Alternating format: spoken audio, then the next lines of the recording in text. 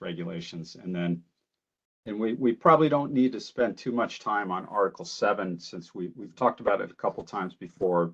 That being said, if there's anything you care to discuss, please do call it out. All right, you've seen Article 1 before. This was really the first section of the regulations that we prepared, so it should look fairly familiar to you, and I think we've addressed many of the open items on this, and I'm going to scan through this document until I get to my comments, which you'll see on the right side of the page. Francisco? Yeah, Yes. Francisco. Yeah, I have some things. In line 4, the fourth line from the end of 1.1, we refer to sure. character there. Okay. And I'm Right not here. sure how to fix that, but Okay. you see it? Yeah, I do. I question that too. Thank you, Fred. Yes, thank you for calling attention to that. So I'll flag it now. Okay. We do basically what the state is telling, and you're all clearly aware, what the state is telling us is town shouldn't use characters alone as a justification for the denial of applications, and it's primarily in relationship to affordable housing, but potentially other developments too. Mm-hmm. And they're asking us to be far more specific rather than use a broad use of character. So I'll flag it here, and I don't think we need to figure this out tonight in each of these instances where they may occur. Yeah. But it'll likely call upon us just to be more specific about what we mean. So, and as far as this example, it may be we're talking about the density of the districts, the development patterns, the land use, and other factors that we can call out more specifically. And then, excuse me, further along in that sentence, it talks about erosion caused by wind or water. Ought we be saying sea level rise and just get right to the point? Potentially. Generally, erosion is caused by wind or water, so I'm not sure that extra language is required. Well, I would like to see periodically in our regulations addressing future issues that are upon us. I mean, I don't care if you're a denier or a believer, but it's happening scientifically. Right. If you lived on an island with a causeway to the mainland last weekend, you're a believer. I went down and saw it, Fred. Yeah. So anyway, I would like to start sort of not sneaking it in, but recognizing it, I think, where applicable. Understood. Great, thank you. All right, sure. Anything else on this page? No. No. Okay. Right, and so I'll just slowly scroll through, and as you want to call attention to something, please feel free to speak up. I have one at 2.1.8. Okay. I have one at 2.1.3. Oh, let's go to that one. So section 2, not 1. Not 1. I was good with the rest of 1. I thought that was very organized, very well organized. Keith, do you like the new layout? Yeah, I think it, excuse me, I think it takes these disparate parts that are all over the place and puts them where they make sense. So it seems like it's more logical here. Agreed. And I should note, you'll see in the section title, this is the former section number, the number to the right. Okay. So that's not going to remain in the final copy. That's just for our working purposes. And to Keith's point, you can see we're pulling content that's all very much related. Section 8, Section 9, Appendix, Section 1. Mm-hmm. Yeah. Shows how disorganized it is currently. Right. Okay. So here we are, Section 2.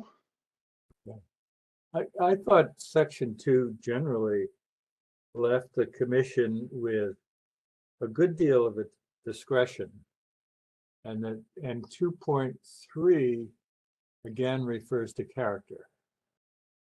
Okay, Two let, point I'll one, skip ahead to 2.1.3, I'm sorry.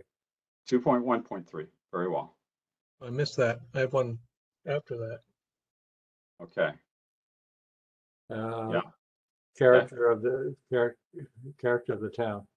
That also appears in 2.1.8, Yep, 2.1.9. yep. all right.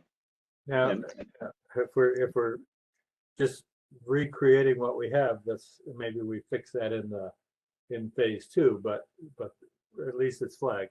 okay. Yeah. Yeah, I think we In can my address mind. that now. Yeah. And in my mind, having the word character in these descriptions of the zoning districts isn't quite the same thing as what the statutes don't want you to do, which is to say, we deny your development because we think it doesn't meet the character of this area, I using it agree. as this sort of catch-all to just say no to things. Where when I this agree. talks about the rural character of an area, Yeah.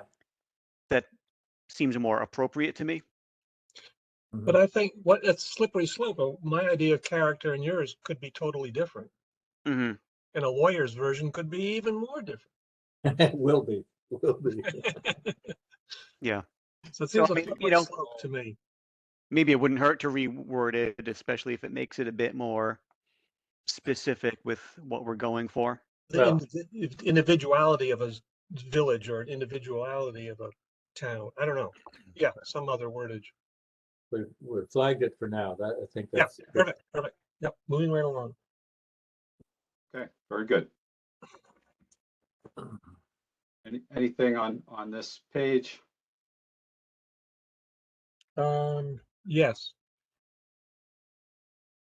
Point 11, convenient shopping. The second sentence, uses reflect only those needs that service local residents for limited retail and service activities, meaning a lot of convenience stores are tradesmen coming through to get their go juice or snacks on the way Sure. home. Local Sure. just seems like an odd wordage to me. Okay, That's me. Meaning It is. That's the language that's in there. All this language is the same I mean, we don't as it ask is for now. we don't ask for a driver's license to see if they can buy peanuts because they're out of town. Right, right. Yeah. okay. And my next one up was 2.1.19. I don't know if there's anything else before that with anybody else. Not for me.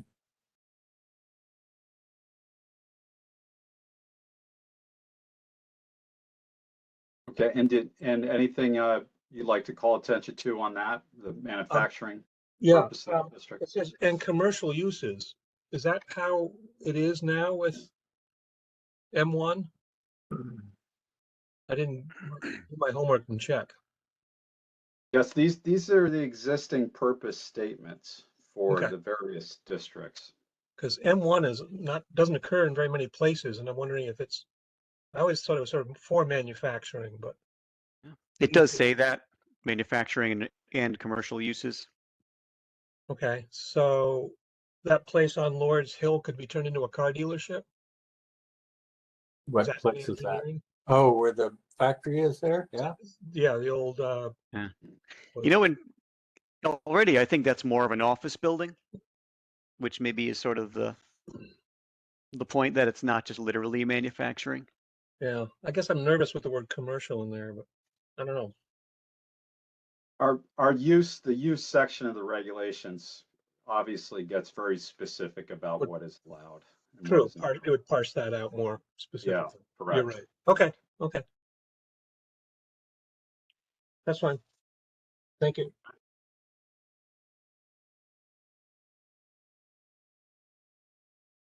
Anything on the special zoning districts? No, No. All right. Here we call attention to the zoning map district boundaries. And once again, this is language that is in the existing regulations. right. Here combining regulations and language that were in different sections, but are very much related. No, I like that collation. Yeah. Required permits, Permits. section Where are you? Section 3 addresses amendments to the zoning regulations. Mm-hmm. One comment in 3.4 is that it's very, and this is the language now, it's very specific where it calls for 15 copies of different things. I was And wondering. that's going to change when we go to online permitting. Right. So I'm not sure just what to do about it now, but maybe there could be some flexibility in there. So Okay. we're not requiring slavishly that they submit 15 copies of things. Maybe something where as requested by you or Candy or somebody Yeah. in the process. I mean, once you're online, it doesn't matter how many copies, which is Right. which is a benefit and a problem, of course. Yeah, some wording along those lines. Yeah. Okay. Okay. Very well. Okay, that Section brings us to 4. Article 2, the use regulations. Yeah, I have one in 4.3, number Sure. 4. Soap. A lot of, I don't know why I focused on this, but a lot of people make soap at home, and they sell it at farmers markets and local gift stores and health food stores, and Right. it's being made right now illegally, apparently. Now maybe soap is referring more to a fat rendering and starch factory. I don't know, but I could see striking soap. Well, I don't know. yeah. How do you have to distinguish between a large commercial operation and a craft, A cottage, a yeah, home craft operation somehow. cottage industry, exactly. Yeah, exactly. Yeah. Okay. So maybe just flag it as a question mark for now. I don't know, Keith, Yes. if you have. Yeah, and this says made from raw materials, and when people do it at home, I don't know if it's the same I think thing that you do in a factory. that's how you make soap. Mm-hmm.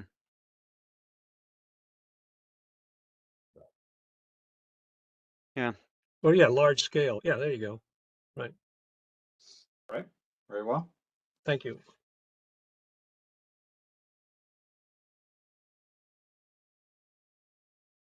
Yep, rabbits are in there. Good. Notice I highlighted rabbits. Yeah, well, we're dealing with rabbits. Keith and I had a back and forth on this because he had someone approach him who is interested in raising rabbits for production, if you want to call it that, for rendering as a product. And your regulations currently prohibit it in this specific line item right here. The state has actually there's been some work at the state level to open this up a little bit as a more standardized agricultural practice. So the question is, is this something we keep as is? Do we address it now? Do we address it in the next phase of the operations? But it is some, and Keith, I'm not sure where that went, if anywhere at all, with the applicant. We're in the middle of it. It may be answered at the next meeting on January 17th. Is going to be a public hearing about it. Okay, very well. We've opened the public hearing about it. Yeah. Yeah. Okay. If they show up this time. Well, I was talking to David Rathman, and he was saying, well, why do you need why couldn't you guys just voted on it? I said, well, it'd be nice to hear from the applicant who's trying to push this through. If they're not interested, then neither should we be. Yeah. Okay. A work in progress, Francisco. All right. We'll keep it as is for the time being, and yeah. Pending the outcome of that or any future work, we'll revisit it. Perfect. Very well. I get to 4.4.5. Yes. I have a comment. There we Absolutely. go. We've had a lot of people suddenly discover that they had no intent of eliminating drive-throughs and other kinds of pre-existing non-conforming uses. This would seem to give them a very clear time limit for either expressing an intent or to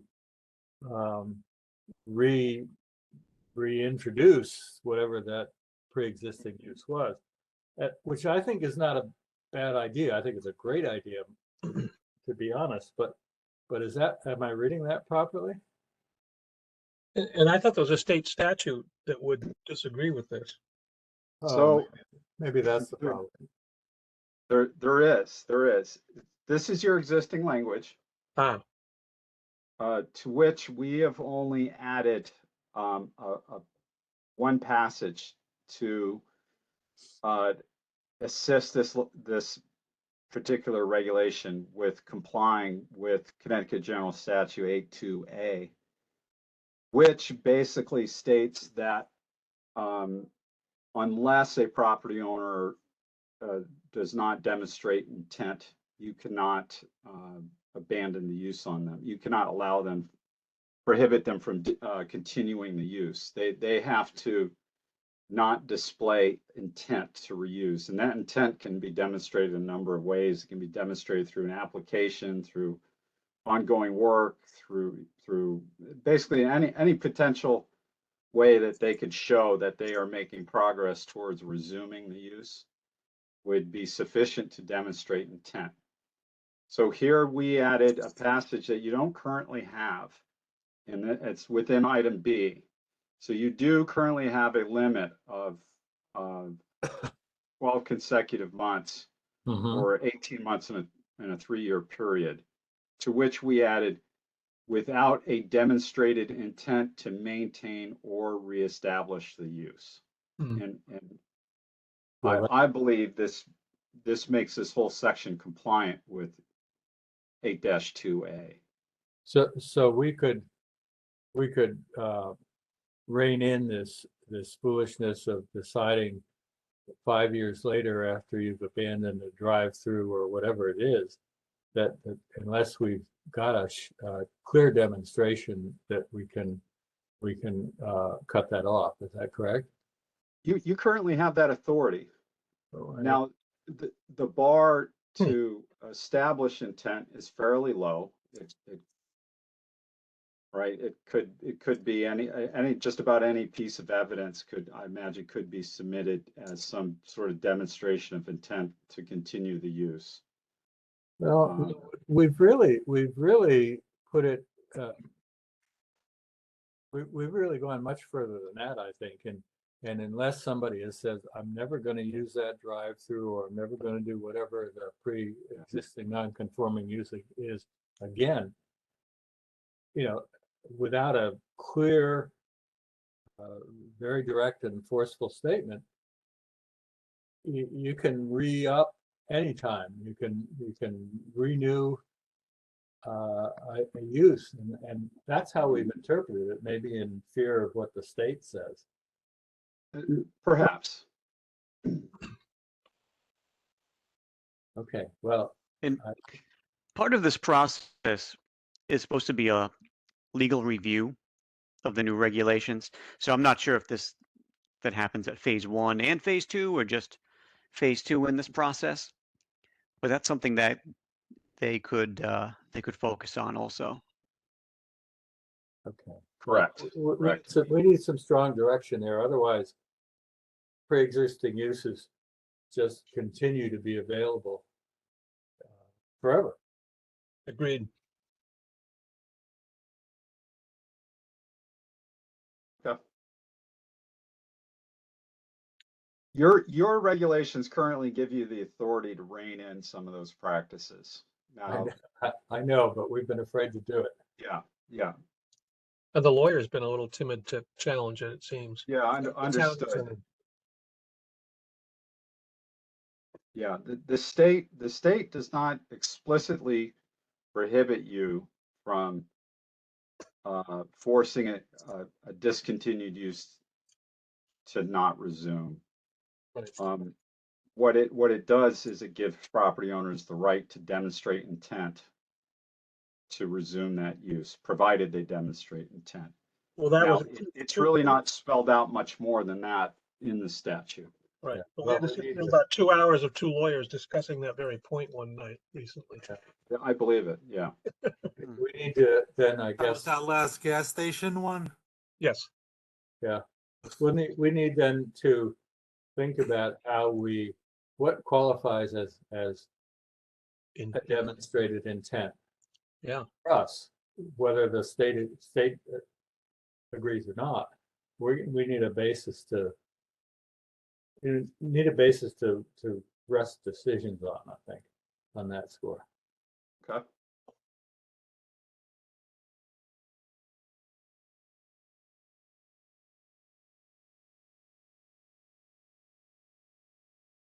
Anything else on this item before we continue?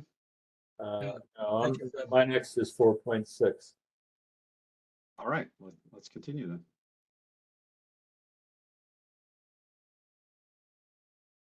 Four point 4.6 then.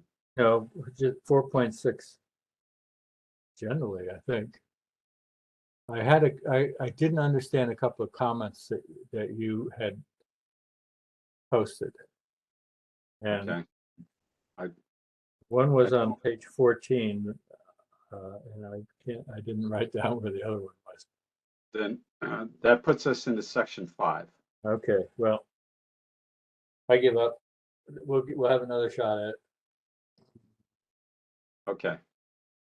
Anything on 4.4.6? This is related to the reconstruction of a non-conforming use or structure that is damaged by a natural disaster. Oh, there it is. Based on what? What were you referring to there? Okay, very well. The Planning and Zoning Commission may provide additional time for restoration or reconstruction, not to exceed 2 additional years. May provide additional time based upon what? For what reason? Based upon what sort of justification? Too much discretion, right? Yeah. Right. I see the problem. So either make it an additional 2 years or identify the reasons why it should be extended. I mean, in general, restoring or reconstructing your destroyed building within a year is not much time at all. You can barely get attention Right, from an architect. right.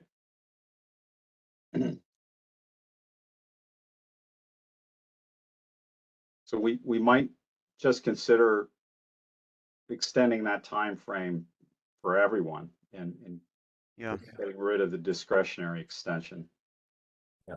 And even, letter C there, where, after what could be some tragedy, you've got to submit your zoning permit within 90 days. I don't know how realistic that is for some people. Right. And we had it at 45 before, right, Keith? We Oh, was it? revised it up. Yeah, I we think that's what revised it Okay. upwards to 90. It So was really harsh. Yeah. it was at 45 before. Well, COVID has drawn out things that we never thought could be drawn out before. Yeah. yeah. Time wise, Okay. supply chain. You know, it leads me to think we're going to have a little bit of discretion for special circumstances.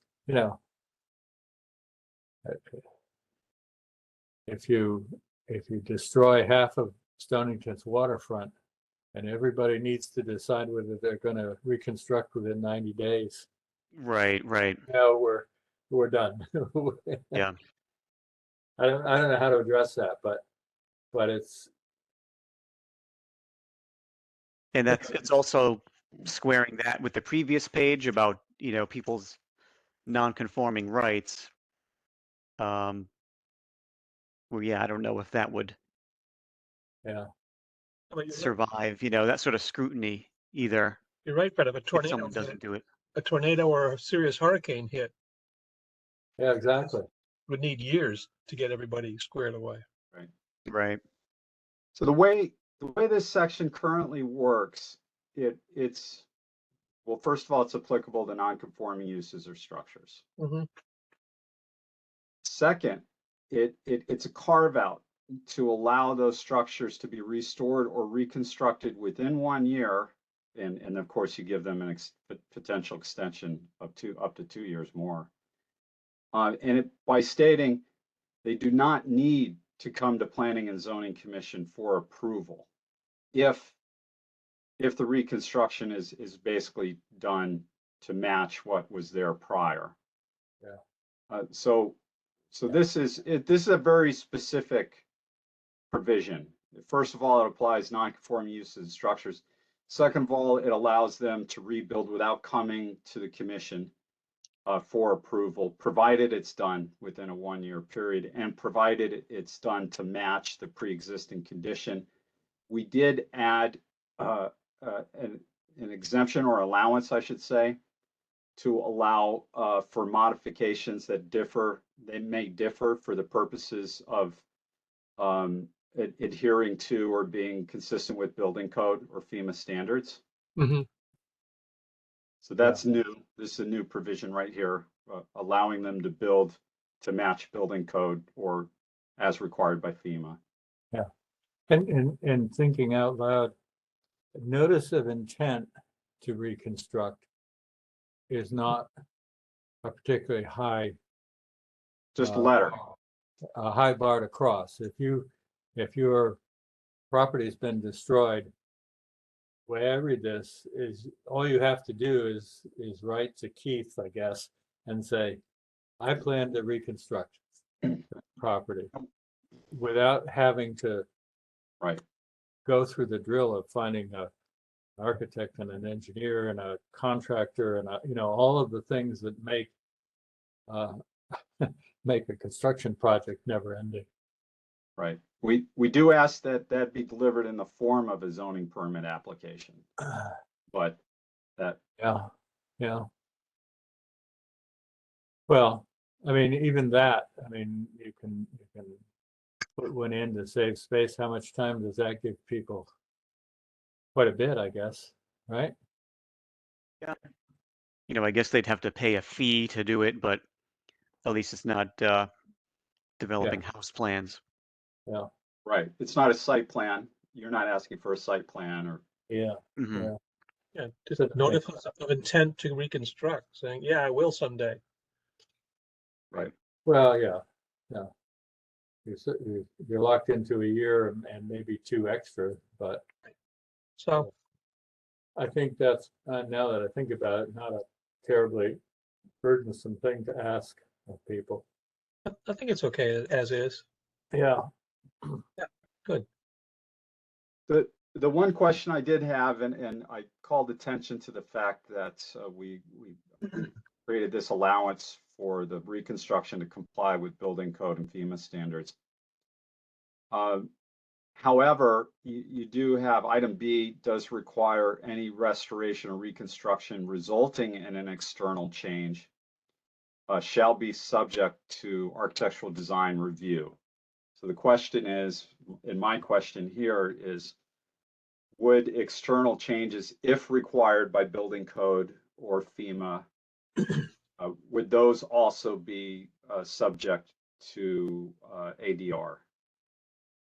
Well, I mean, elsewhere there's a trigger for how much change needs their review. So, first of all, they only look at commercial and larger multifamily things to begin with. So if someone just, added a stairway or something like that, it probably wouldn't trigger that unless they're doing lots of other changes. And if I'm not mistaken, their decisions are guidance, not requirements. Is that true?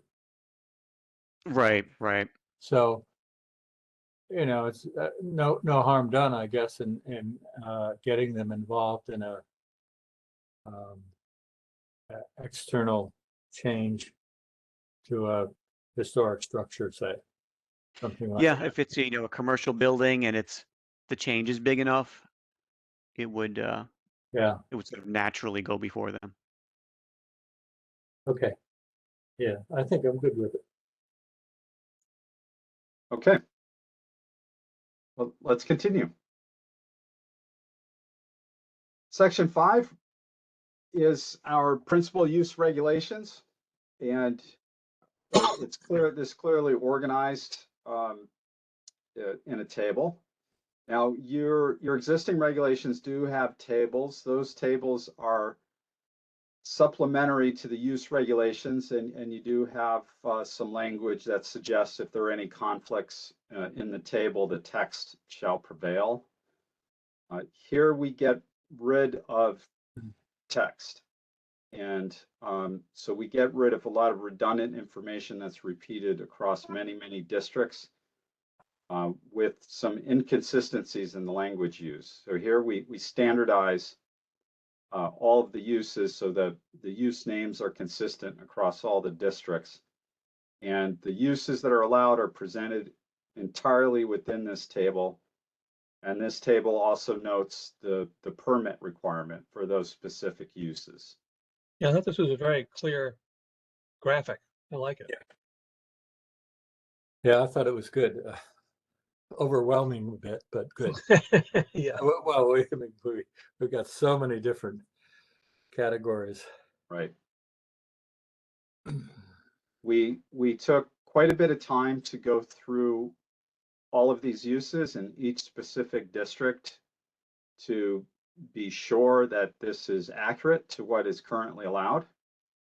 And we did note some inconsistencies between the table that's in the existing regulations and the text, in which case we defaulted to the text, what was written in the sections versus what is in your current table.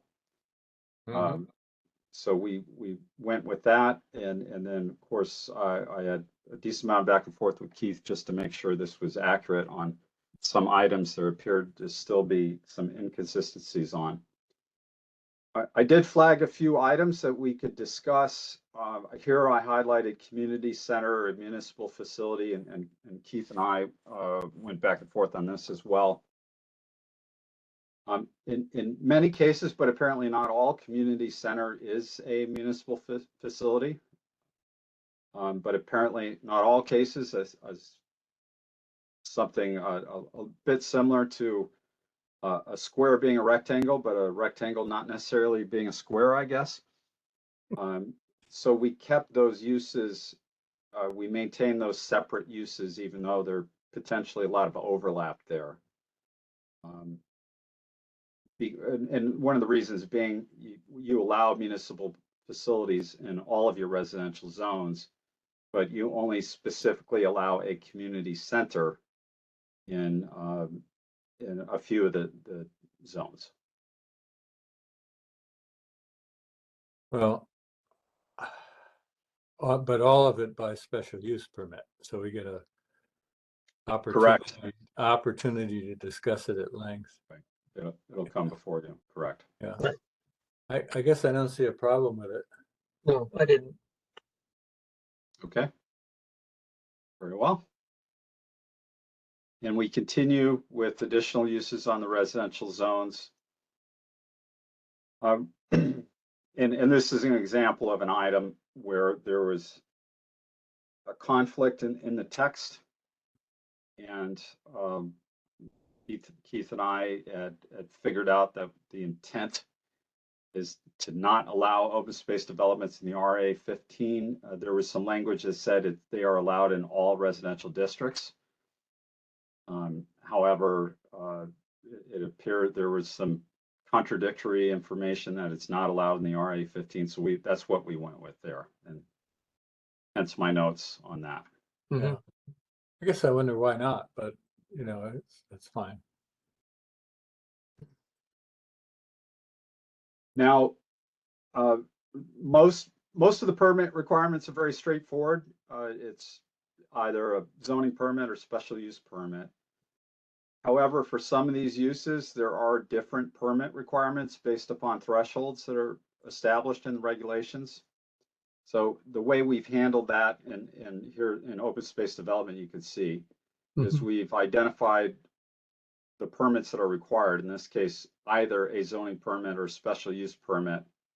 The annotation here, number 1, directs you to the bottom of the table where it says, see section X, and we have not included these cross references yet. We'll do that when we're done with the document so things don't move around on us. And so section X would refer to that section, which we'll get to that in a couple of pages, and I'll call attention to it there as well. And that basically gets into the detail of where a zoning permit is permissible versus when a special use permit is required. Okay. Okay. So those are the residential zones. We have a separate table or series of tables for commercial and industrial zones. Yep. So yeah, go one ahead. comment with that is the way our regulations is now, basically everything in the commercial zones is reviewed by the commission rather than zoning permit. So if you look at the first one, like assembly, less than 10,000 square feet, it would be site plan before the commission instead of zoning permit.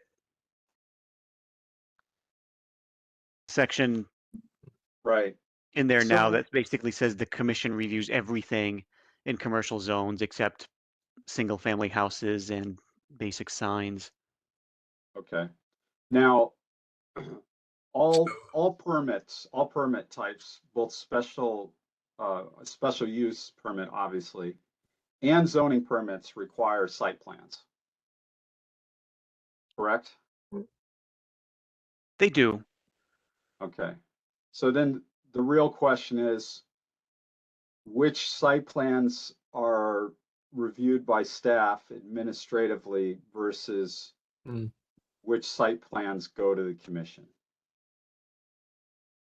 Yeah, and for something like a house, we have the separate zoning permit application form. For something like assembly, there's a separate site plan application that goes to the commission. So the break point seems to be size.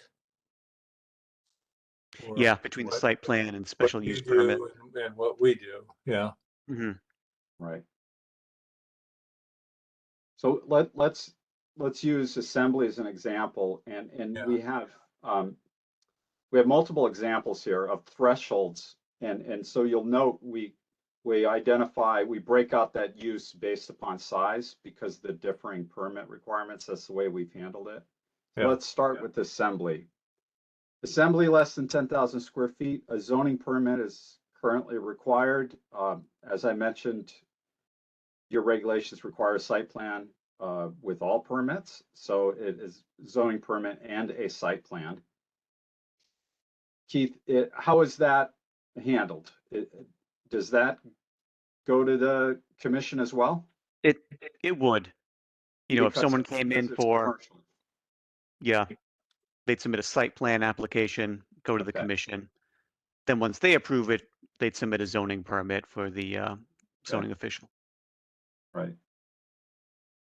All right. So do all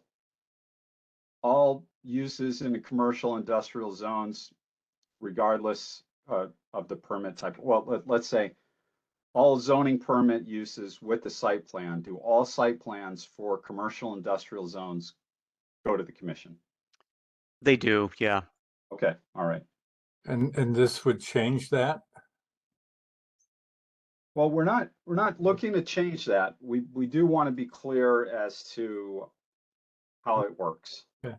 And so we need to make sure we provide that direction within the regulations. So it's just. And it may be, yeah, and it may be because we haven't gotten to this section yet about the regulatory process where we identify all the specific permit requirements.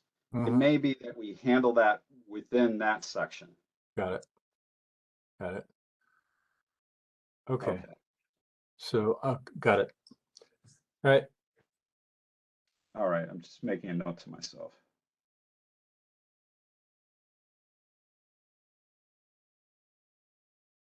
Okay, good.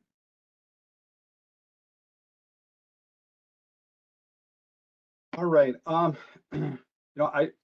admittedly, it's been a little while. I don't recall why I flagged the boarding tourist home zoning permit requirement in the PV5. I think it's because we weren't sure if that was correct or not, as well as we weren't sure about boat fabrication, whether that was allowed in the PV5. Does anyone want to weigh in on that? I remember in the PV5, the wooden, there's something that says wooden boat fabrication or restoration is allowed. Just wooden. Hmm. Yeah. I'm not sure why they're boarding a tourist home. Yeah. Okay. All right, I'm not either. I'll leave it flagged for now. Mhm. And I'll go back through our notes on that. And Convenience. community center I had flagged here for the same reason I mentioned in the residential districts. We have a lot of uses here, Yeah.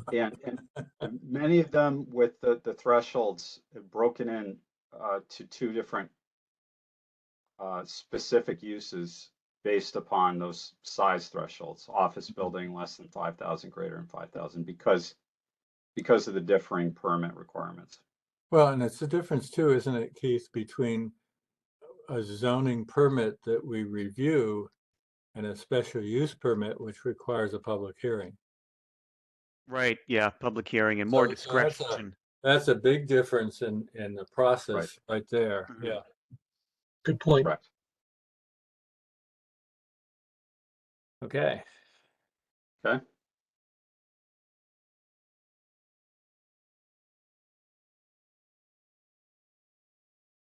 All right. And anyone have any comments or questions on those use categories or Too many. districts? Too many uses. It's a lot. It's a lot. Yeah. Is that normal, Francisco? I mean, do other towns have Yeah. that many breakouts? Yeah, you're Okay. Sure. right in line with. Okay. Well, Connecticut. first of all, you do have a lot of different commercial districts. You have two village centers, and Sure. so a town that's far more rural and has less commercial or industrial development is going to have fewer uses identified. They'll just have broader classes of uses. Right. Okay. All right. So 5 here, so the first part of this was what is allowed and where is it allowed, and what is the permit required. Now we get into what we identify as the use-specific regulations, starting with principal uses. And these were all principal uses, I should note. We have yet to review accessory uses. And so here are the regulations that are specific to each use. Now, we don't have regulations for every single one of these uses, simply because you haven't developed specific regulations for some of them. For many of them, you have. And our first example here is attached housing. You have very specific regulations for attached housing that go beyond it goes beyond the bulk requirements for the district. You have very specific requirements for attached housing, buffer requirements, density requirements, all specific to this use. So that information is all provided here. What you'll see is that this information, these regulations that are specific to a use, are currently scattered throughout the regulations. In this example, the attached housing regulations are in section 6.615. Is this detail over the top, or should we be putting this kind of detail in the regulations for every use? Well, they were clearly developed to serve a purpose, and whether it was developed by the town by staff, by the commission, or by an applicant who came in with a proposal and identified the parameters by which it was found acceptable to the town. And so I'm hesitant to gut anything as of yet. We are really just carrying over this information Existing. into the new format.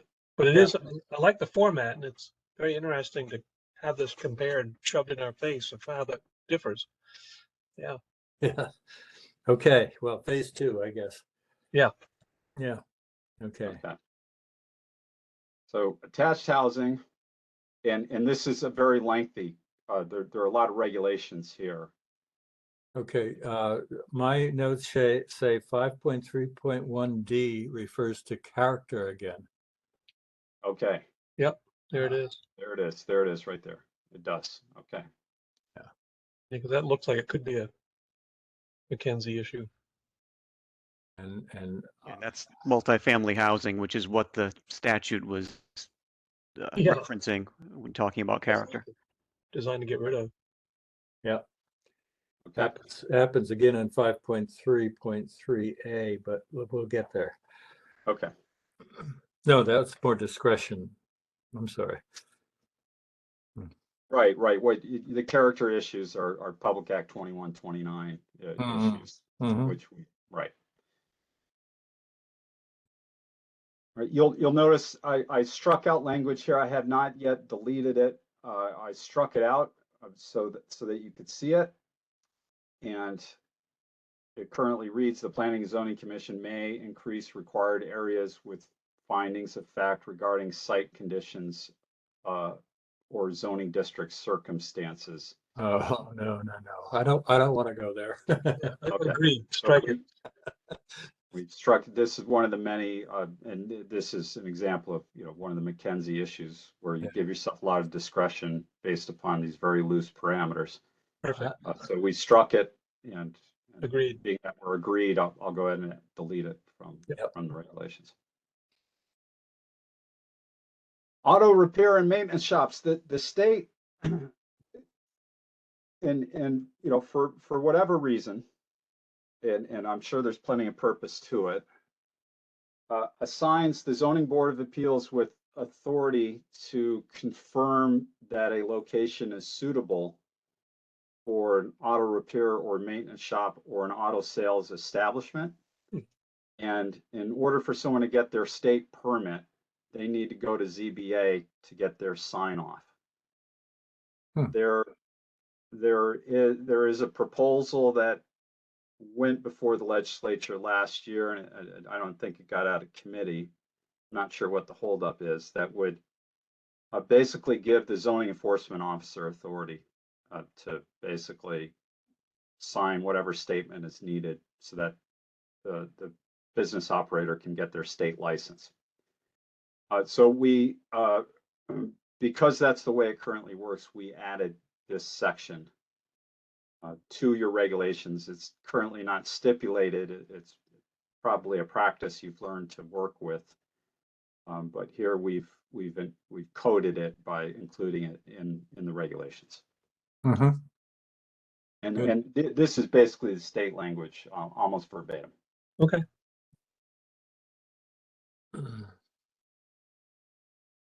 All right. 5.3.3A seems to provide a lot of discretion. All right, let's talk about that. May, in its discretion, waive the requirements. Oh, it's just the seal of engineer. Yeah. I don't know. What do you think about that, Keith? We have those sort of waivers already in our regulations for site plan requirements. Yeah. Which is a pretty common thing. That if someone comes before you for a shed or something like that, you don't need a full survey and engineered plans. That's fine with me. Good. Okay. All right. If you're comfortable, I guess I am. I just the words "in its discretion" just jumped off the page. Right. You'll notice the sentence we struck out, the reasons being, it's really providing a definition of what a bed and breakfast facility is, and we cover that ground in the definition section. So we Okay. strike it out for that reason. Further down, I flagged in green, and we are going to have to address this once we get to the signage section.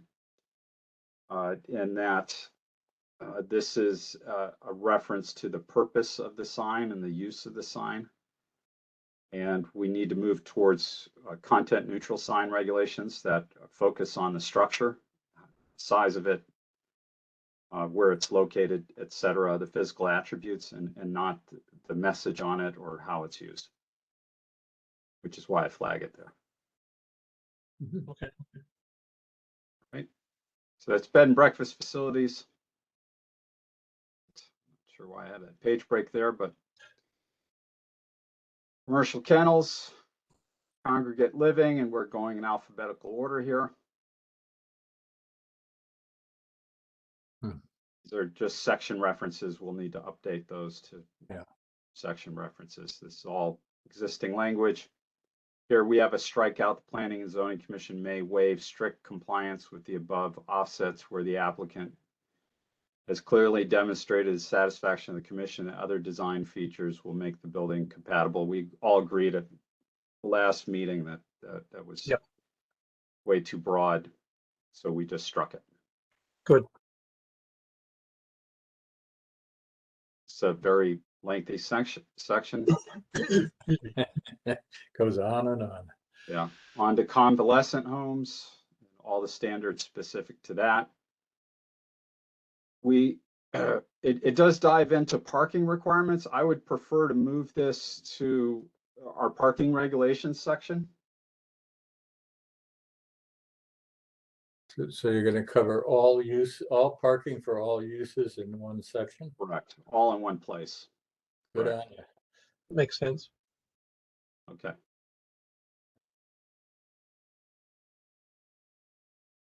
Dog care or training center. We added some language. You currently state the commission may require a buffer and screening, etc. But you don't really state why. So we added language to state if determined that outdoor facilities may result in an adverse visual impact.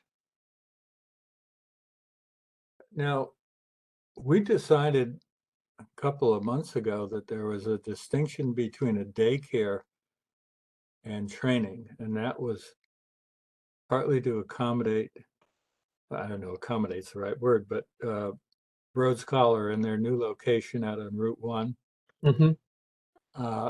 I don't know whether we have to follow through here or whether we have to make that distinction in the regulations.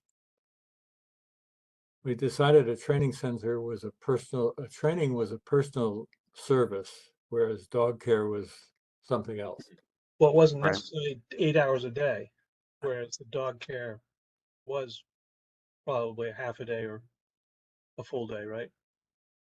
Well, I don't know. I mean, since I do business with Rhodes Collar, I can tell you that they take the dog off our hands for at least 5 hours a day, 3 days a week, and that's because we can only afford that much.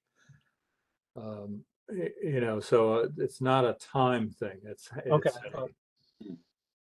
a distinction between just sort of, well, I don't know, I don't know, but we got to think about whether we need to make that distinction in the regs.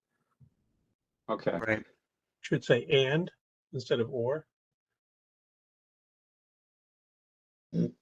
Maybe. But I we mean, they were say- arguing that they weren't the same as this, and therefore they should be able to be in a different area and not relegated to industrial zones. But then in A, you talk about must hold a commercial kennel license and training facility license. And there's a huge difference between a kennel. You know, kennel does provide overnight. So we're gonna have to work on that. Yeah. And that's a state license? Or I don't know, I guess. I assume So I would assume. standalone building is required. Well, you know, again, we've got a problem with existing organizations of both types. Right. Because the daycare up in the up by exit 90, The industrial and I park. guess it is a mixed use building. Yep. Yep. And Rhodes Scholar will be in a mixed use building, is now and will be. So we're gonna have to look at that one. Good points. And you're inclined to splitting this into two separate uses. I don't know. Training center as a use with its own standards and a dog daycare center as a use. Well, we made the decision that training was a personal service. Okay, all right. As opposed to warehousing your dog for the day kind of thing. And so that was a distinction we made. So we probably need to think about how we follow through here. Okay. But you're right, Fred. D should be pulled out of there, I suppose. The standalone building is required. Absolutely. Yeah. We're in violation of law twice. I think the one in Exit 91 is in a standalone building, and they're the ones that basically wrote this regulation. So Oh, hopefully they're still in a standalone building. I didn't realize that. I'm not really all that familiar with that. That's how it was proposed anyway. And Okay. you know, it might be more of a phase 2 issue if we're splitting out this different use and creating this other use of dog training. I agree. It's definitely a phase 2. This is what we've got. So One says visual impact, maybe odor impact, maybe noise impact. I mean, it's yeah. a tough one. This is Yeah. That's true. Yeah, it might not be just visual. Right. Okay. All right, noted. Gas stations. Oh boy. Again, we added language, as I mentioned before. This is the same as auto repair sales establishment regarding zoning board of appeal verification of appropriate location. So that this is the state's language that we added.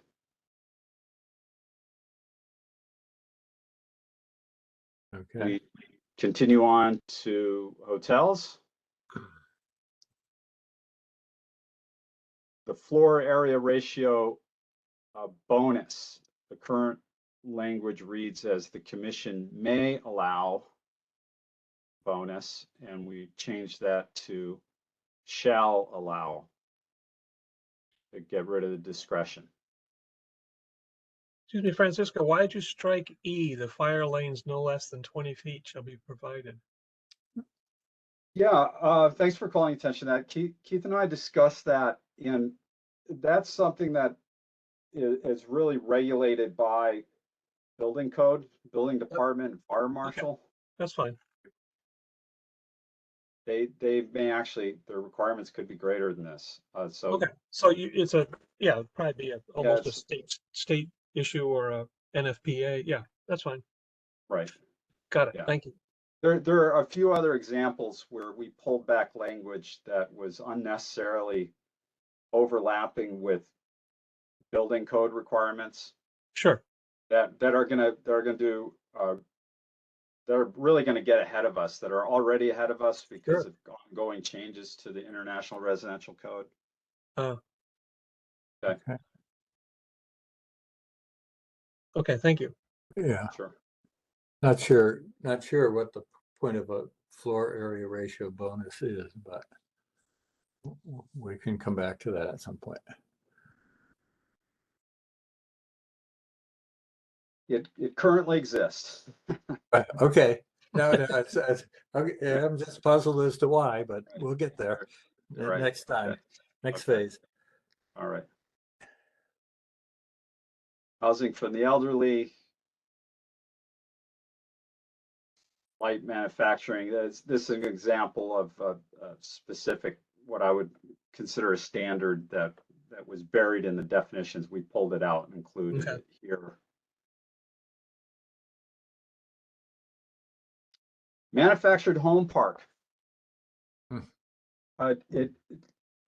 took a little bit of work to get to the bottom of this. Keith dug around, and I don't know where you found them, Keith, but Keith came up with the 1960 trailer park regulations. So we now have that.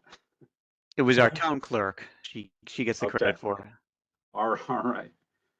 What we have not yet had an opportunity to do, because those surfaced just about 2 weeks ago,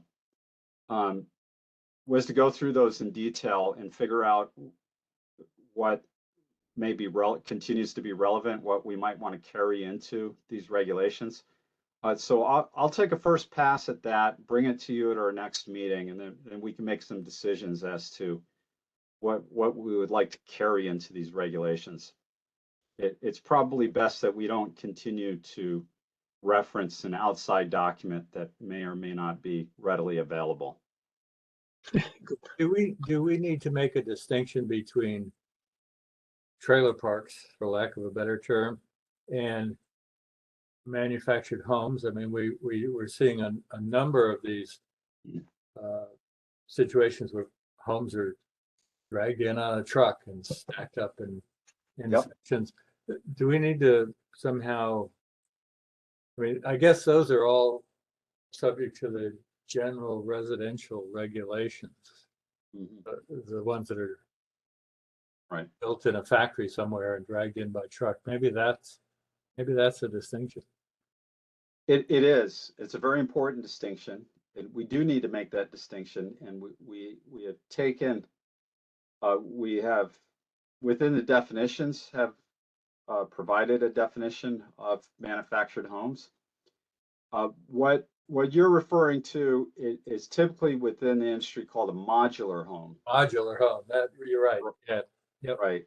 But not to be confused with a manufactured home, for which the accepted definition of that is it's really the new word for a trailer. Yeah. Okay. And we have a definition for that. Another thing that we are attempting to untether here are manufactured homes or a manufactured home park and recreational vehicles, campers, or an RV park. Yeah.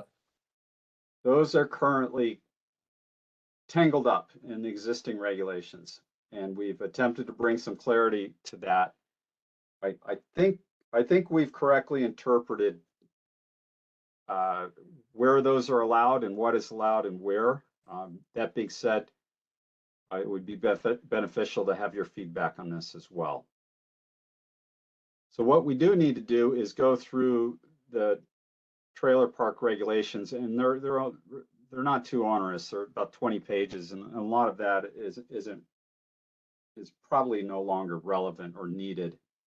However, there's some very good, basic site design and regulation standards that we would likely want to carry forward and place in this section here.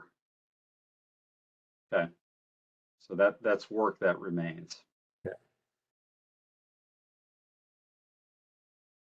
I'll keep going, then we'll eventually get to, very soon, recreational vehicle campgrounds, which are different than manufactured home parks.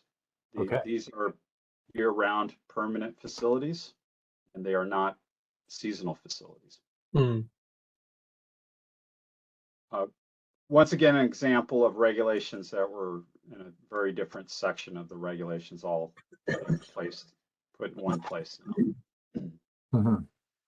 Open space development, once again, very lengthy regulations. We've carried it all into this document verbatim. Quite a bit here on open space developments. We did, first of all, we added this section, and this goes back to one of the McKenzie conflicts, or our concern about McKenzie conflict, by which essentially you gave yourself some discretion to allow for open space areas to vary from the requirements that they all have to be one contiguous area, the narrowest point of which is 40 feet. So you'll see I struck that language here. The commission may waive that requirement. And what we did instead is we introduced this section to allow for the flexibility that I think is intended by this discretionary section. And the way this currently reads is that we allow for up to 2 discrete areas. And so it reads, be comprised of no more than 2 discrete unconnected areas of which each of which shall have an area no less than 25 or no less than 20% of the total required open space area. A single unified area is preferred. The allowance for separate discrete areas shall only be permitted due to unique conditions that render the provision of separate open space areas more advantageous in meeting the intent of these regulations.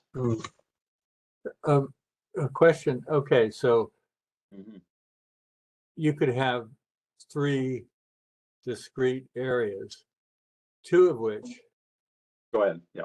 are no less than 20%, and the third, which is apparently the balance of it. Is that correct? No, only up to 2 discrete areas. Then you've only got, okay. Up to 2. My math skills are being tested here. You have 2 areas. Okay, so you could only have 2 areas, and neither of them could be less than 20% of the total. Exactly.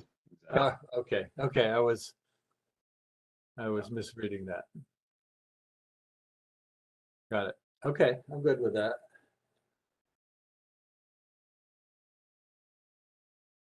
Okay, we maintain the standard for an area to be contiguous, that it's at its narrowest point is 40 feet wide.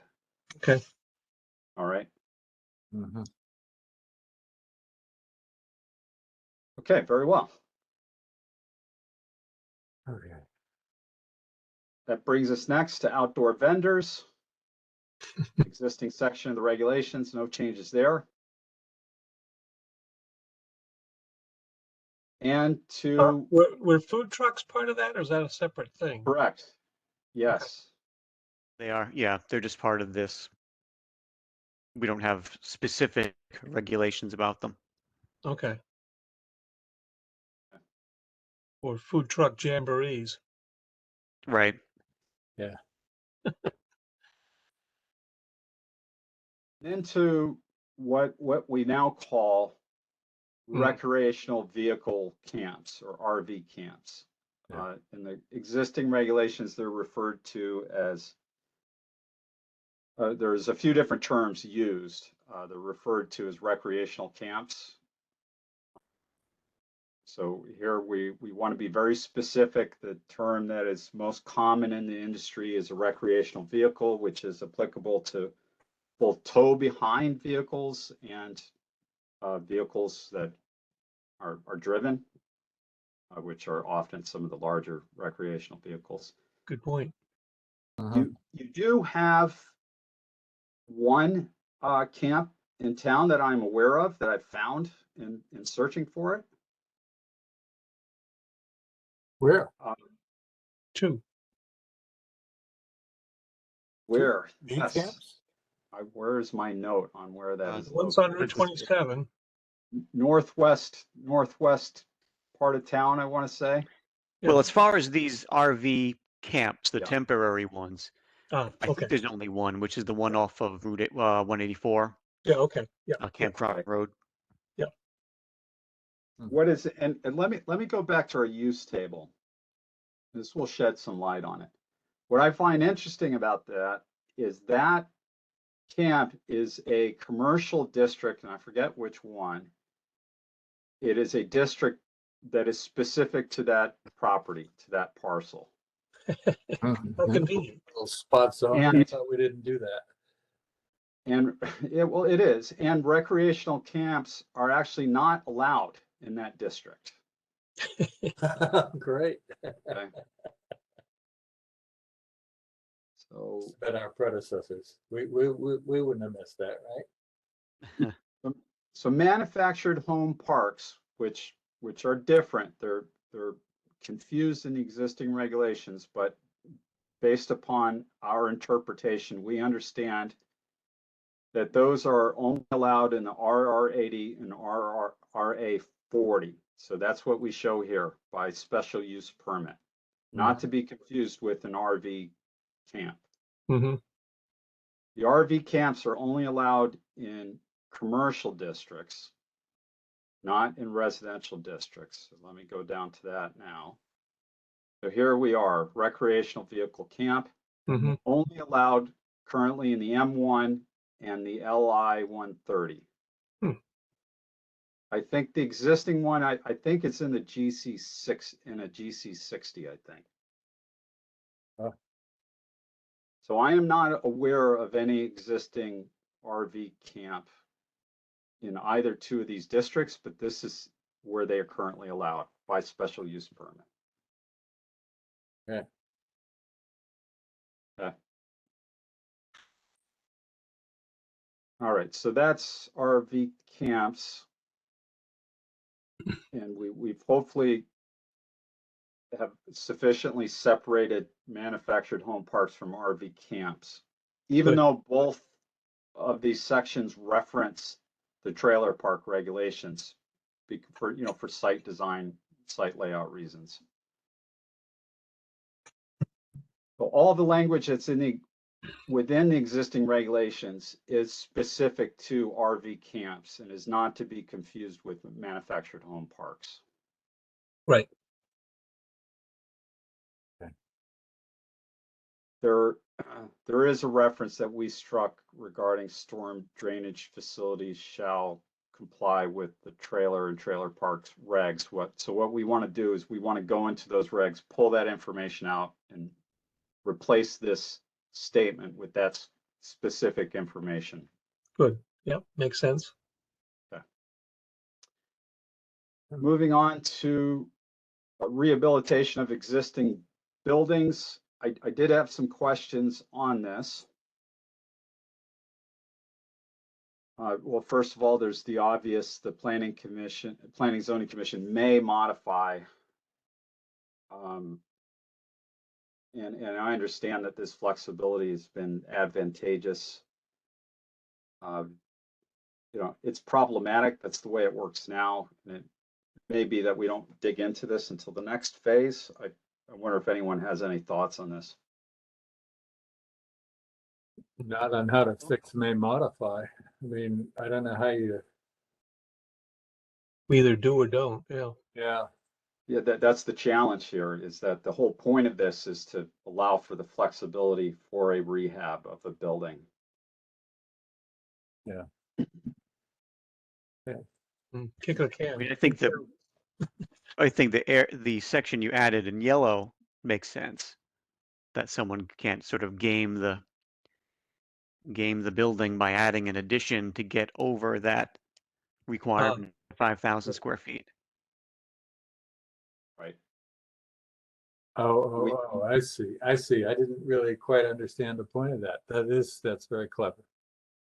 I think we understood that to be the intent or the purpose, but it just wasn't spelled out. So Yeah. we added some Right. language to make that clear. Good. Mm-hmm. I see you flagged character in item G. Right. Another question I have, and this is, I suppose I know what this means, but I just wanted to be clear. It states the proposal shall meet the following requirements. And so are we talking about the application that is coming before the commission for a rehabilitation of an existing building? There's just this vague reference to a proposal. Yeah, I'd say the application. Keith, what do you? That'd be better language. Yeah, that's how I interpreted it. But yeah, application. We should spell it out. Yeah. Okay.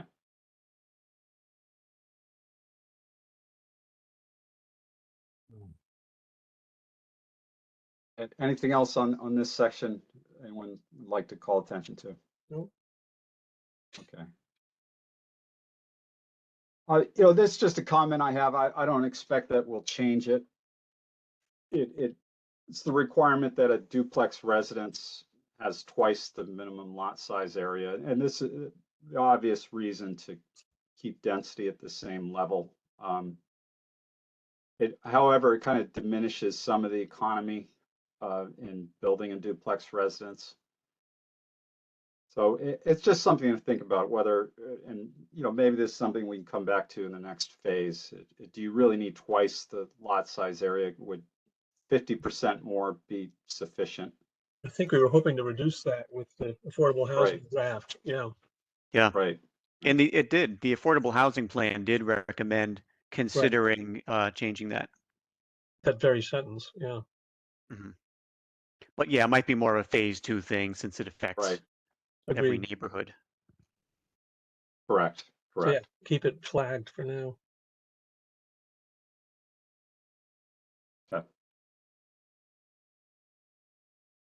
Residential mixed use, these are your existing regs. I did have a comment on this, and I realize there's a purpose for this, but a maximum of 10 dwelling units is allowed on any parcel or in any one building. It's not many. There may be a very specific purpose for that. Maybe that's just the scale of the PV5 zone. I guess my question was, what if you had a very large building and it was capable of holding 20 units? Would you still want this limit of 10 dwelling units on any parcel or in any building? Mm. Keith, what's your thought? I mean, my thought is it's very unnecessarily limiting. Restrictive. Yeah, I Um, agree. If you have the gigantic commercial property, and you wanted to, infill it with some mixed use there, and there was plenty of room, plenty of parking, and capacity to do so, you'd be locked in at 10. Right. So it almost doesn't matter what size property you has. Right. When the commission added this back in 2006 or so, they were very cautious about adding mixed use, so they put that in there. But I mean, you can see in different properties and different buildings where is really a limiting factor. So how do that's a phase 2, or do we kind of make a stab at it now? I mean, my take is it's more of a phase 2 thing. Mm-hmm. Yeah, it'd be a pretty big change. Yes. Yeah. And how to change it. Yeah. Yeah. And what is, how best to regulate it? Is it That's just fine. increasing that number? Is it a density per acre? Right. Exactly. Yeah. Some more thought would have to go into it. Phase 2. The next question surrounds where exactly residential, commercial should be allowed. The traditional approach is to basically require or allow commercial use on the first floor and limit residential to upper floors. This section is not clear as to exactly what the arrangement is. It does state dwelling units can be located above the commercial use or in a separate building. It does not say the dwelling unit cannot be on the first floor. And furthermore, on the commercial uses, it stipulates the total, floor area that may be consumed by commercial uses, but that doesn't state what floors it may be located on. So I wonder if there's anything we can do to sharpen the pencil on this.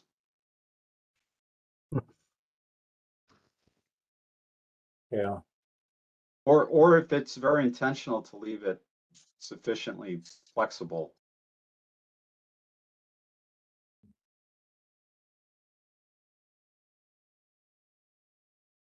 I don't know the answer to that question. All I know is that, when asked, we've taken it literally to mean that, you can't have the residential on the first floor below commercial. Then we should. But it doesn't explicitly state that. Then we should say it if that's what we want to do. Right. Right. It just says dwelling units can be above the commercial use or in separate buildings, but it doesn't say they cannot be below a commercial use or on a first floor. So we should say that if that's what we want. Is that the issue? We just don't want it below a commercial use? Is it that we don't want residential on the first floor, or is that we don't want them residential underneath a commercial use? I mean, it's written that it Oh. looks like we don't want it under the commercial use. I don't know if that's really Right. an issue or something to be scared of. We're thinking of the usual retail shop with apartments above it kind of thing. Then we should say that, Maybe. street level commercial use only. By commercial, we mean retail. Yes. I And see. we should say that. Or office, whatever's any, yeah. allowed in that district, yeah. Oh, yeah, okay. Non-residential. Yeah, that could use some cleaning up. Mhm. So are we agreed that residential should be prohibited on the first floor, or is it just residential prohibited from the street face of the first floor? There's another good, If the building's deep, by right, example, in the our backyard. concern here is that you have an active storefronts. Right. So it may be the real issue here is you want to preserve that building space, the street facing building space for commercial uses. Good point. If it's a deep building, you could have a dwelling unit in the back lot, on Sure. the first floor. Yeah. Which, yeah, I could see that definitely in certain areas. Okay. Yeah, we should. We'll take a go at it and come Okay. back to you with something. We'll flag it so we can come back to it. Good. All right.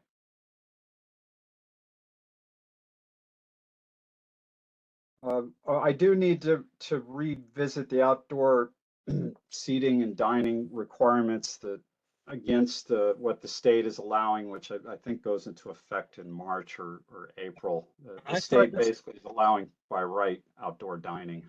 I thought they extended that. I thought I saw something in the news that they extended it. Keith may know better. So it was If originally, it just happened recently, I'm not sure. I thought it did. It was going to 20, yeah, maybe it was just June of 2023. okay. Okay.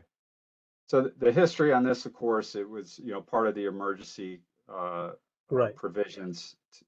And what the state decided was that this should be a permanent thing. And so they have a statute that was supposed to go into in effect last March or April. And then they decided to extend the emergency order and delay application of the statute, the permanent allowance, until 2023. So I think we're coming up against that. So we do want to make sure that your language here is consistent with what the statute is allowing by right. Right. Agreed. So, okay, so I just need to come back to that. Yeah, thank you.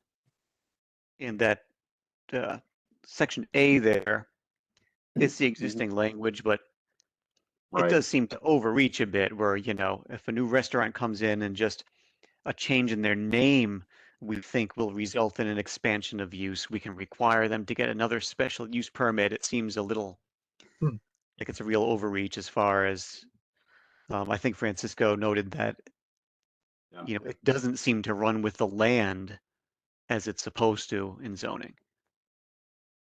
There's a decent amount of case law and much like the unconforming use and discontinuance of use, there's a lot of debate regarding special use permits, especially, and whether they should run with the land, meaning once a special use permit for particular use on a property is allowed, unless it's abandoned, it should continue to be allowed outright, and you shouldn't require a new special use permit for different owners for the same use.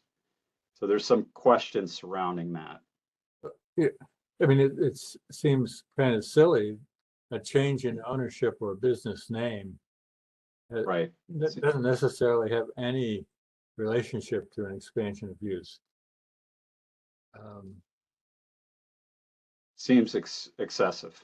Correct. Yeah, well, it says if it will reasonably result, but it's hard to imagine just those two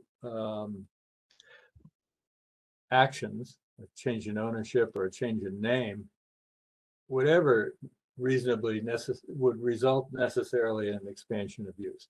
Right. It seems inconsistent. Sure. Unless the venue is called Mike's $1 Cocktails, which could potentially be a very popular venue. Could be. That could be an expansion of use there. Count me in. All right. We'll try to rein that in. I think we should. It's appropriate for us to address that in this phase. Yes. And then finally, yacht clubs and yachting facilities for which we have no real issues or changes there. Do you want I'm aware to of. do you want to clear out that fire lane because it appears you've stricken it elsewhere? Oh, it does. It does. Thank you for noting that. B. Yes. Okay. Oh, All right. And then accessory uses. So we've created separate tables and have done our best to strip these out from the principal uses. Potentially there's a little bit more work to be done here. I wonder what your first impressions are on how we've organized this.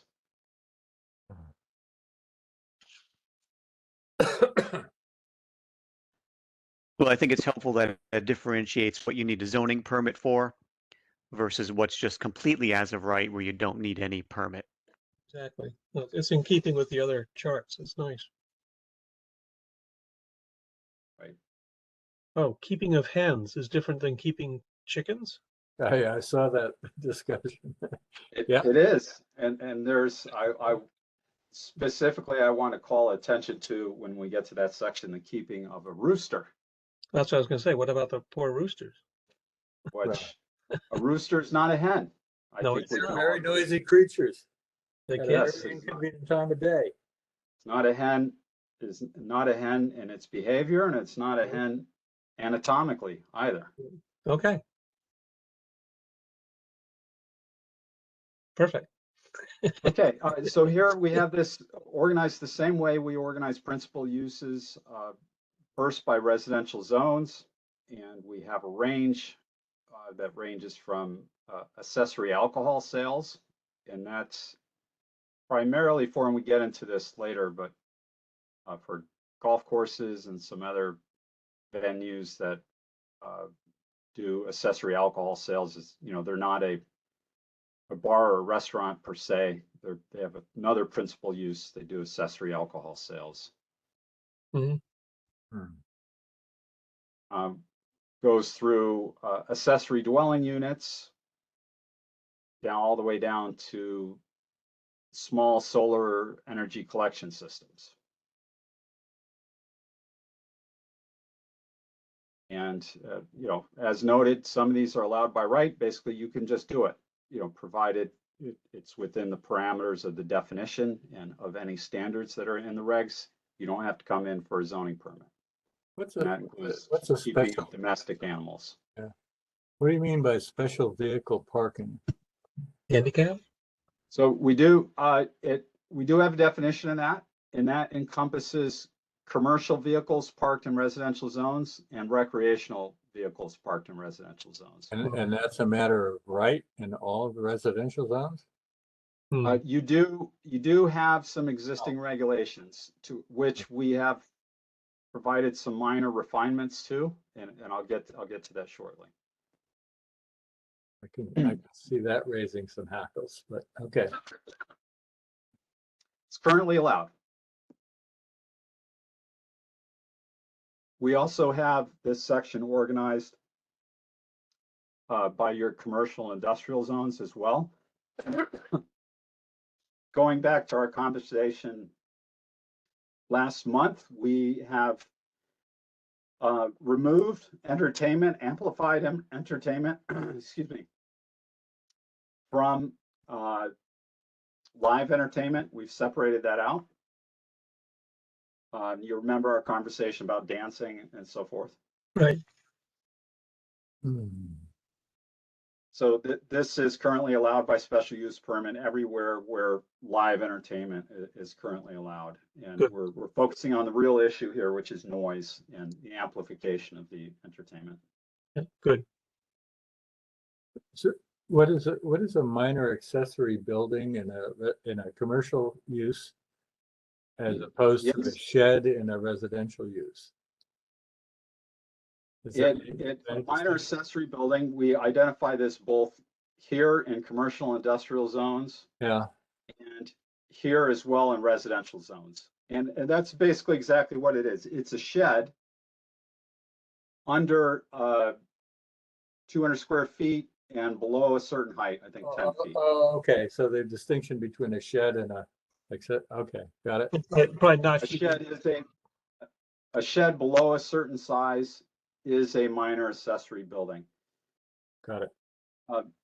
We did, and I'll get to that section, we did increase the threshold from 100 square feet to 200 square feet because building code and a building permit requirement kicks in at 200 square feet. Mm-hmm. So it. we Okay. aligned it with that threshold.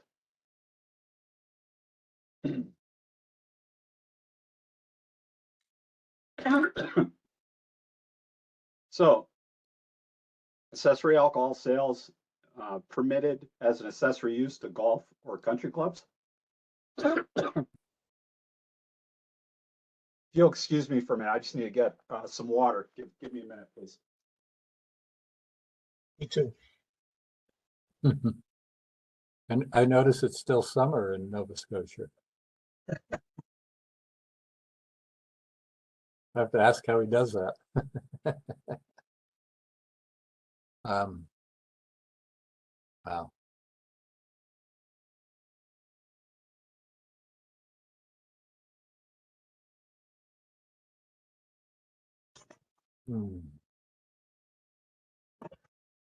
I'm going to take advantage too.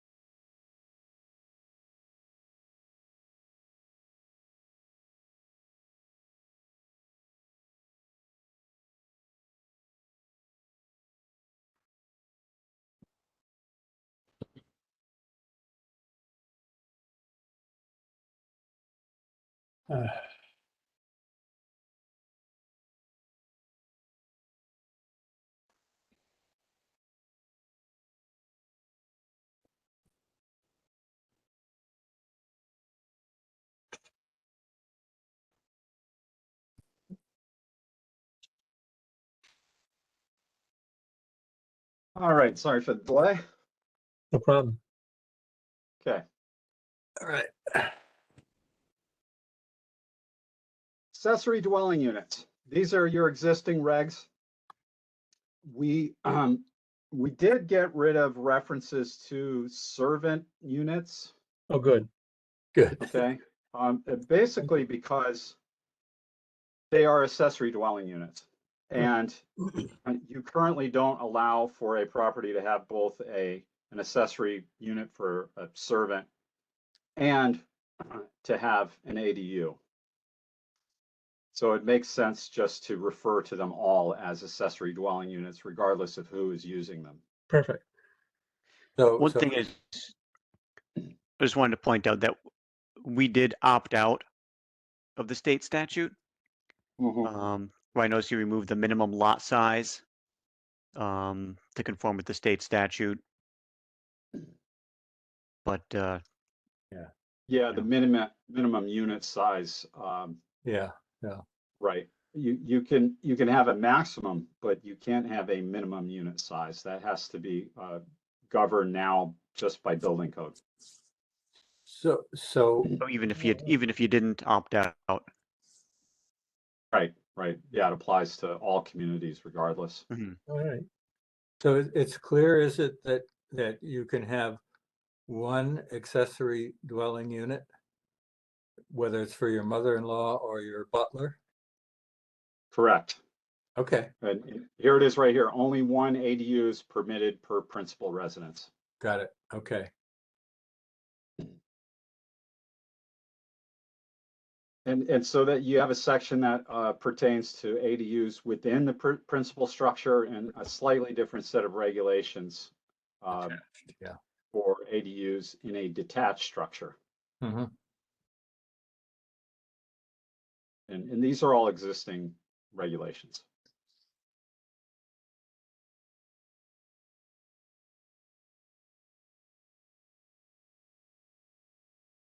All right. I discussed amplified entertainment already. We basically pulled those out of the restaurant regs and put it in its own section. Good. All of these regulations were within the restaurant regulations. We did get rid of the dance floor area for patrons may not exceed 5% of the gross floor area, having agreed that dancing is not really the issue. Right. Good. Drive-in windows, we treat as an accessory use and provide all of those regulations here. Hmm. Okay. Home occupations, currently you have regulations are currently within the definitions of the home occupation. So here we place them in this section. These are the existing regulations. Excuse me, Francisco. Yes. Thinking of the drive-through, I know at one Yep. point there was confusion about canopies at gas stations. And I didn't review what you had under gas stations, and maybe that's a phase 2, but Hmm.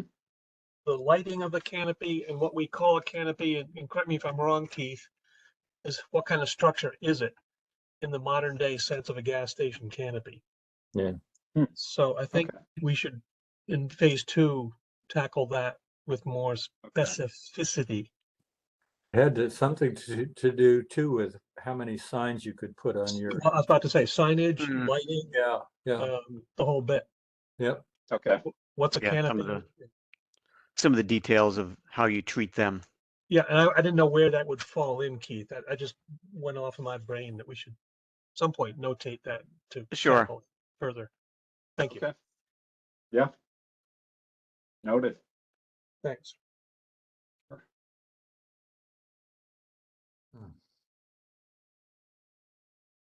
All right. Keeping and breeding of livestock.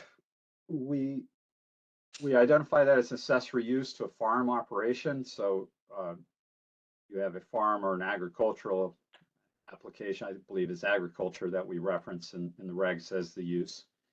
It's accessory only to a principal agricultural use. These are the existing regulations by which keeping and breeding of livestock are currently allowed. Okay. If you're agricultural, could that be the primary use? Like if you're a farm and that's what you do is you keep livestock? Yeah, I don't think, I think that probably just gets into semantics of it.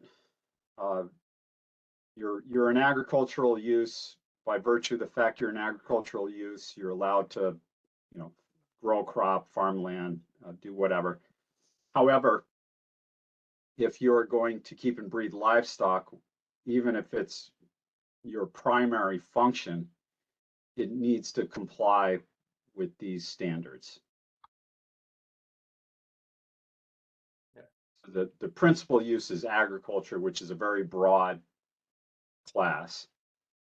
And the specific use that is a subset of that, in this case, an accessory, is the keeping and breeding of livestock, for which there are specific standards. So this is roughly 6 acres. Correct. How we define a farm as 5 acres somewhere. Yep. So how do we, it seems to me we might have a reconciliation problem there. For taxing purposes, it's 5 acres, I believe. Well, that would be to qualify for PA 490 tax reduction, which is we've had a little bit of an issue because there are references to farms in the regs. There's references to an agricultural use. Mhm. And let me just go back to our agricultural use regulations. We have them up here. Then there was farm stands. Right. So let me go first to the use table. We'll use regulations. And there's agriculture right there. Agriculture, we also, or aquaculture. We have Yep. separate definitions of each. Yep. So And just to be clear, currently allow that by a zoning permit in these districts. Right. You do not allow agriculture in Okay. these districts. but Okay? how much space does that require? Yeah, let's go. Right. Let's go down to that. And how is that Commercial different? zones, you do allow agriculture in 2 commercial zones, the M1 and the PV5. Yeah. Not allowed in others. I think I need to go to our definitions to bear with me here. It seems like we have an inconsistency between allowing agricultural culture in certain districts and minimum Acreage. acreage. Right. So here we have our definition of agriculture. It's fairly broad. This is the existing definition. Yeah. We didn't make any changes to that. Yeah. And aquaculture we did add to allow for farming of sea kelp. Right. Sure. Now, if I go down to farm, and I admittedly I don't recall exactly where we left this. We did maintain a farm stand, a farm structure, farmer's market definition, and let me see if we maintain farm as a specific definition. You know, in Andy terminology, was weighing in on that too. right?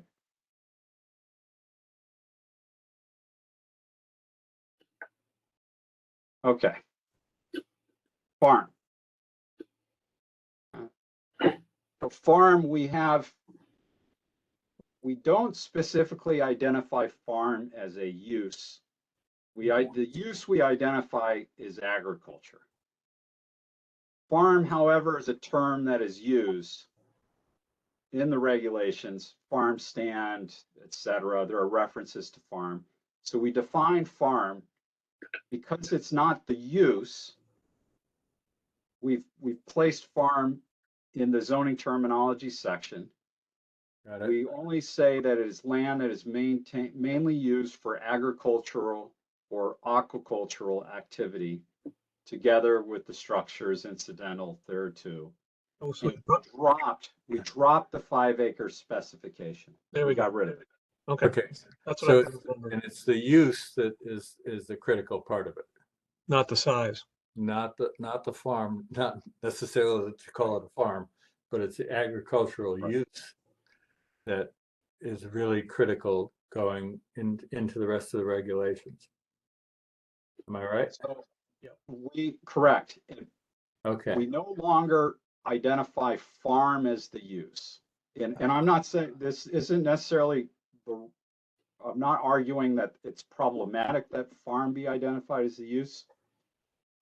Most of the references in the existing regulation with respect to uses was agriculture. So that's what we went with. I suppose we could say farm or agriculture. We instead identify agriculture as the use. No, I think that's fine. I just thought we had a conflict between the size of property on which we could do agricultural use and what we used to call a farm. And we've eliminated that. We have, correct. So I'm good. So we're good, right? So we no longer have a minimum on agriculture. So if you have 2 acres and you want to grow corn, you can grow corn on 2 acres, farm it and sell it. Well, no, because you're only allowed in a 130, 120s. You're not allowed to do that in a 2-acre zone, are you? Go back to your residential zones. Yeah, so let me go to residential. And agricultural use is only in GBR 130, 120 and RR 80. I guess that is 2 acres, isn't it? Yeah, Correct. you could do it on an undersized lot too. Yep. Right. Or maybe not the entire lot. Right. Oh, but according to this, you can do it in an RA 15. It's currently allowed. With a zoning permit. But nothing in between. Okay. We're really consistent in these regs, aren't we? Who knows why? Phase 2, phase 2, phase 2. Okay. Well, there was likely a farm in that district, which may or may not still be there, which is why it was Oh, grandfathered in. when the regs were written. Yeah. Okay. So we call out and it may be, let me go back to our place in accessory uses. It may be that the keeping or breeding of livestock, we can move that up into the principal use regulations There you go. and just treat it as part of an agricultural use instead of treating it as an accessory use. That makes more sense, doesn't it? Yeah. And there you have a specific minimum for that activity. Right. And those minimums are important to ensuring that the property is of sufficient size to accommodate those animals. So it doesn't smell too bad for the neighbors. Right. Yeah, R15. Yeah. Okay. Now the keeping of hens, we are treating this as an accessory use because it's something that's often done by residents, a residential property, single family residents, provided they meet all these conditions. Right. That was an amendment recently adopted. Right. Now, the keeping of roosters I saw that. was it was within the keeping of hens section, which kind of makes sense. The problem being a rooster is not a hen. So we moved that up into the keeping of domestic animals. I'm good with that. Mm-hmm. And there is a requirement, you have to have a pretty big lot to keep a rooster. I'm okay with that. Now, it may or may not be important to call attention to the issue that there's no limit here on how many. They would take care of themselves after a while. Yeah. So once you've assembled the about 3 acres here, once you've assembled the 3 acres, you can have 1,000 roosters if you want, apparently. Yeah. Yeah, but you don't want 1,000 roosters. That's what I'm No, saying. you don't. That's Anything what about I'm calling attention to. you know, they go head to head all day long. They kill That's each what I'm other. saying. That's what I meant by they take care of themselves, is how Right. many would So you last. think this is kind of a self-governing I situation do. then? I do, One, Okay. one rooster works. unless you had a pen per rooster. Yeah. Okay. Excuse me, Francis, So, Francisco, are you thinking of going much beyond 8:30? I'm just getting a time frame of what you're budgeting. yeah, you know, we've almost got through most of the content. I'm not sure we need to spend a lot of time on the definitions. So I think, you know, give me another 15 minutes. We could probably wrap this up. Okay, perfect. That works for All me. right. Yep, thank you. Okay. Okay, minor accessory buildings, we talked about this already.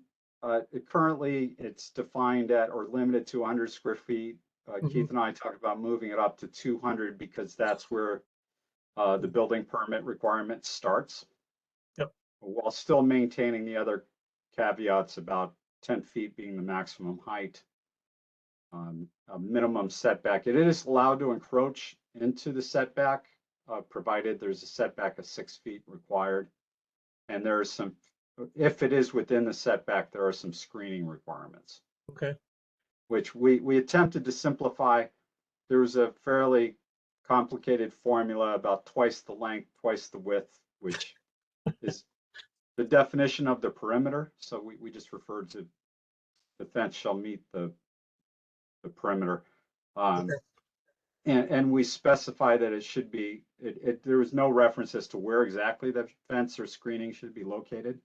So we specify it should be located between the minor accessory building and the adjacent property. Makes sense. Okay. One thing we might want to think about with this section is to limit these per one per property. There you go. Right. Yeah. Oh, yeah. Because you're getting, not in general, but just because you're getting a break on the setback, so you don't want someone to have, Yeah. you know, 5 of them along the property line. I guess Right. by all rights, they could have 5 of them elsewhere on their property, but not 5 where you're getting a break on the setbacks. Good point, Keith. Right. And on the permit requirement. Right. Yeah. Mhm. Okay. Makes sense. Yeah.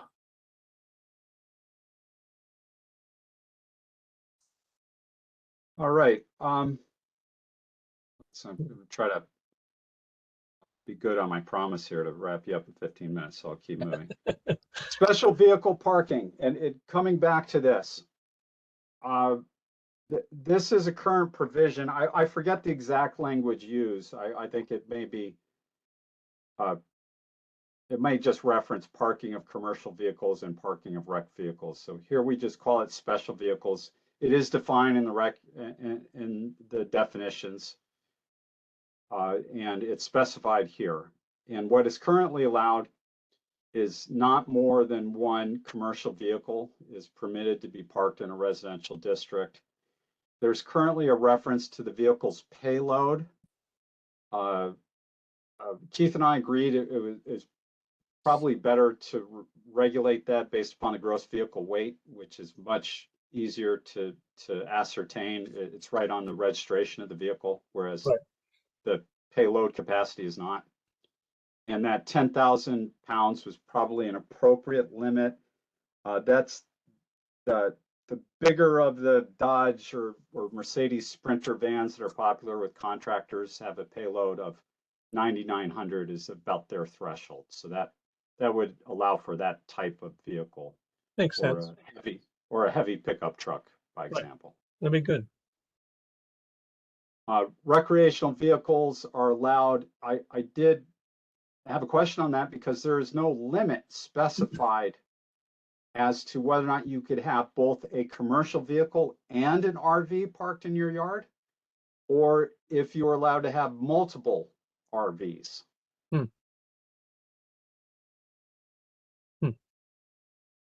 Good point. I would think one RV per, no more than one, just like you have in the other one. Just start it the same way A starts. No more Yeah. than one Yeah. RV. So you could have one of each, I suppose, to answer that other question. Well, no, wait a minute. If you do it that way, you could have more than one, but only, only. I think you have to be, you have to think about how you say that. Right. No more than one RV shall be Right, parked, shall be Right. permitted, Correct. Correct. and none of them will be used for living, sleeping, or housekeeping Correct. arrangements. Right. Something like that. so you could have one pickup truck and one RV. Yeah. Can you have both? Can you have both an RV and a commercial vehicle?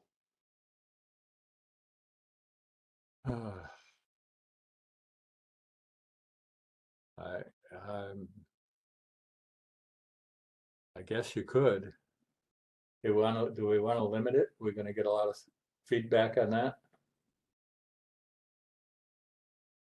I'd say one of each category is okay. One of each. Say one of each too. That's Okay. We've already much improved it by providing a ceiling. Yeah. All right, the next couple of pages are placeholders for the work that is yet to come. Article 3 will address the base zoning district standards, and this is where we get into lot size, buffer requirements, bulk height, everything that's specific to the zoning district. Whereas the preceding article was everything that's specific to the use, where the use is allowed, what the permit requirement is, what the regulations are for the use. All of these regulations will be about the district, independent of the use. Okay. And so we'll have one for your base zoning districts, which will be your residential, commercial, industrial districts, and then one for the special zoning districts, the floating zones, the overlays, et cetera. Then we'll get into regulatory standards, and this ranges from this is where your parking regulations will live, sign standards, site design, landscaping, all those other standards. Procedures and administration is where we'll put all the permit requirements and other administrative regulations that are in existing regs. And that brings us back to our definitions, which we kicked the tires on this a good bit. We have since continued to refine it, get rid of some unnecessary content, tighten up the language, and we changed this up a little bit, but your key here are everything highlighted in blue is an identified use or term that was lacking a definition. We have added the definition. Everything highlighted in yellow is an existing definition you've had that we modified the language of, and there are not too many examples of that. And then we continue to hold on to items highlighted in gray are terms or uses that are not currently in your zoning regulations but we might consider incorporating. And we're just going to hold on to those until we get to the end, and we'll decide what we should keep or get rid of. Okay. Okay. So with that said, I'm not going to read through all of these. Does anyone have any questions or comments on any of the definitions? To be honest, I quit at definitions. I did Okay. too. It seems like we were- There was only so much my eyes could take. So There's I think we'll maybe leave that for another time. Yeah. I might have a comment or two that I can get to you after the fact. all right. Yeah, I'll defer to Keith. Thank you, Keith. And you'll see that we've begun to bring the graphics that I showed you last month Right. into the document. All right. Yep. Okay, so that takes us through it. Let me just go back to our presentation to close this out. Our next steps are to continue to migrate the regulations into the new document format, and we'll continue to flag items that need discussion, such as those that we reviewed tonight. While we've developed graphics or updated versions of the illustrations you currently have in the regs, we want to develop more. So we'll continue to look for items that would benefit from illustrations. So we'll start to develop new graphics. at our January meeting, we will review Articles 3 through 6. Those are the placeholders we currently have, empty pages, and we will migrate the regulations into a format, share those with you at least a week before the meeting so that we can have a session similar to the one tonight in January. And then right now we are on schedule to have a complete draft set of the regulations available for review at our February meeting, at which point we can make some decisions about what we want to do with those regs and how soon we want to bring them to public hearing for adoption. And we think of the Our next 24th. Oh, there it meeting- is. Yeah. Yeah, go ahead. I'm sorry. No, that was my next question. 24th looks good to me. That would be our regular meeting, being the Yep. fourth Tuesday of the month. Perfect. All right. Okay. So that's it. We've covered everything this evening. Thank you, Francisco. All right. Yes. Thank you. All right. Thank you. You keep it moving Happy and New Year, everybody. We Yeah, will. you too. Happy New Year. Yes. Yeah, Thank you. Thank you. Take care. take care. Bye-bye. Good night. Okay, good night. Good night.